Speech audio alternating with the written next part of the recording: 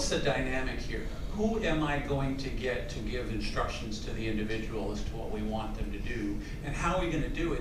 And to the degree that it's possible, in this case it looked like it was possible, are there other things we need to do? Do we need to get a car here so that we have more cover, because it was kind of an open area where the officers responded to? And then, you know, how are we going to, can we wait? Can we even bring a crisis negotiator out? I mean, there are a lot of things that that supervisor ought to be thinking about as they go through. It's kind of like, another analogy we talked about this morning, it's kind of like calling a timeout so we can come up with a better plan. And we also had, and we looked at the flip side of it this morning, and I think I said, and I didn't mean it in a disparaging way, I was just calling it the way I saw it. We're a Monday morning quarterback. We have the benefit of time, we have the benefit of the reports, we have the benefit of reviewing and looking at best practices. We weren't there at that particular moment. But the way you were describing this makes a lot of sense to me. And I guess the next question is on the flip side of this. Are we putting too much expectation on that supervisor? Or do we believe that is a realistic scenario? The supervisor comes in and maybe has a 10-point checklist, but maybe has a 3-point checklist. Cover, safety, distance, whatever it is, whatever it turns out to be. Every case turns on its facts, and a lot of it will depend on whether there is time, what the configuration is. Every case will be different, but the point really is from the advantage of hindsight, and I embrace the concept of Monday morning quarterbacking. I think that's what every good organization, entity, team, etc. does, is Monday morning quarterback through the prisms of accountability, getting better, remediation, instruction, debriefing, supervision training, so that the next time the department, the Bureau, is better prepared to address similar challenges. And that's the only way that the Bureau can improve. It's to learn from these tragedies instead of just let them move on. And police culture, being what it is, tends to be a move-on kind of culture, because you've got a challenge tomorrow and the next day and the next day. But the idea of taking the time to review with consequences sometimes. When Monday morning quarterbacking, there are consequences sometimes. And you know, some people get cut from the team, right? And so all of those remedial options should be available to the Bureau as they go through these cases. Thank you. I just have a few more questions. When we spoke, you talked about some of the challenges with the police review board. Would you be kind enough to share what we talked about yesterday as regards to the police review board? Yes. The review board, when it was constituted, was cutting edge. I mean, it's a rare, and it still is rare, where most police agencies, when they have a shooting, it's paper review. The report is prepared by their investigative agency, it goes to the DA, and if the DA says it's fine, it's fine. That's standard, and unfortunately in many police agencies it's still the case. In the Bureau, and for some years now, they have had a system where at least the Bureau, command staff, training, IA, the investigators, and remarkable and sort of unique to Portland, 2 community members are part of this discussion, right? So on principle, that sounds great. The issue that we have been having as a result of this is that we think that the Portland community needs to move to grad school. And by that I mean, we think that that configuration can and should produce a wider array of results. Right now, the kind of drilling down is primarily to the trigger pull. The decision to use deadly force, there is some findings about whether or not emergency medical aid was provided in a sufficient and timely way, but that's kind of it. And so much more could come out of that exhaust pipe of that review process, and in our view and in our recommendation should. Thank you. We talked about when witnesses are interviewed, normally they are videotaped. Yet when we interview police officers to get their story on the record, we only do a verbal recording rather than the videotape recording. which makes it a little challenging to actually be able to see the gestures and movements that they're making. Would you like to comment on that? Yes, and I'm surprised we haven't gotten to where we have in police science and police interviewing techniques, but particularly because what an officer is often describing are dynamic movements, observations of individuals, and he's asked or she's asked to describe positioning that occurred at the time.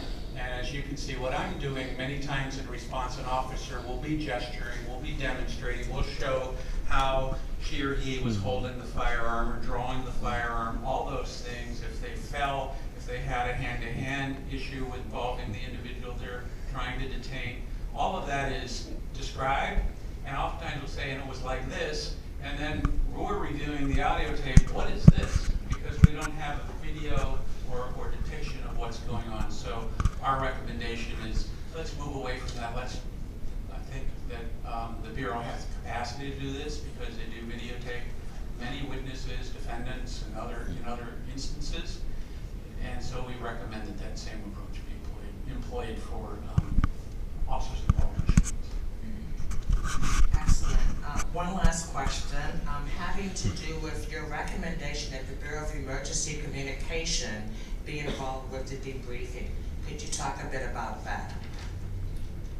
Sure.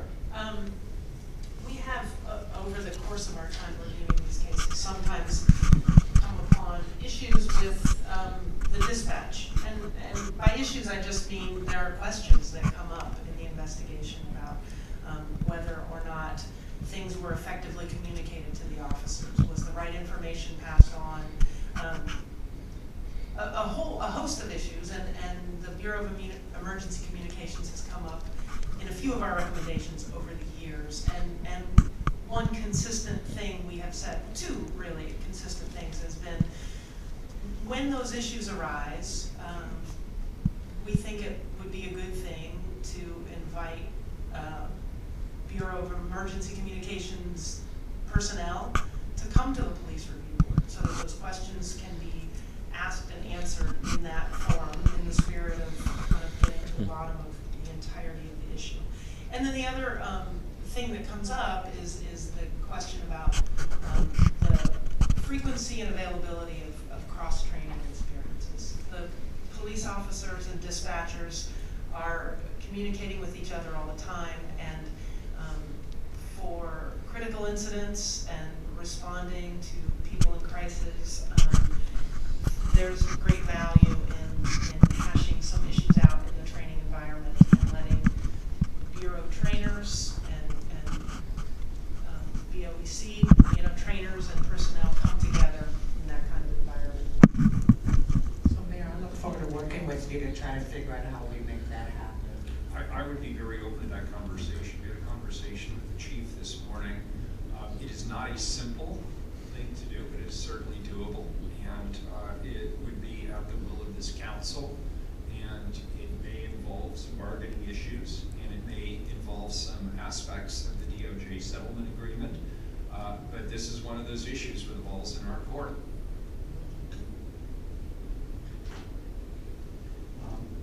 That is what we had proposed as far as initial discussion and dialogue, and we're obviously here to answer any of the questions. I have a couple more questions, and then Commissioner Fritz, I believe, has at least one question. You're in sort of a unique situation here in that you are providing reports to a relatively new mayor and a police chief who is not present for really any of the issues that you're reporting on.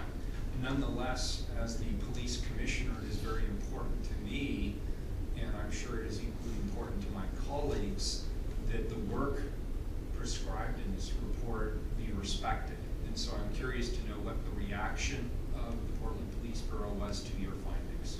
And we'll of course have the opportunity to ask the chief as well. Yes. Per our protocols, when we prepare our report in draft form, we send it to IPR, we send it to the Bureau, not with the idea of changing any of our findings or recommendations. It's it's for two purposes. One, to fact check, make sure we have the facts right. And sometimes there are documents that we don't have that do alter things, not usually. But also to get the sense for how does this, will this work? What do you think? Sort of get a preliminary read on how doable the recommendations that we made are. And we've been through a few leaders of your bureau because we've been around a bit. And I can say that particularly this last discussion, what we were impressed with was it was clear to us that every one of the participants on that phone conversation had engaged and read and thought about how do we develop an action plan in response to this report. That, I think, was different than other discussions in the past. The second thing, and maybe the more important thing, is that by the time we had that discussion, protocols were already being written. There had already been a commitment in their in-service, which is coming up next month, to do a lot of the training, and they've actually found a way to insert it into the training. I think that most of the in-service training in March will be OIR derived, which is fine with us because we think it's important to do it. And so that would be, proof is in the pudding. It's not there yet, Mayor, but I think that those are very optimistic signs that the chief listens and gets it, and to the degree that she has authority, and she has a lot of authority with this organization, intends to. Thank you. Commissioner Fritz and Commissioner Murray. I noticed the chief is in here listening intently. Thank you.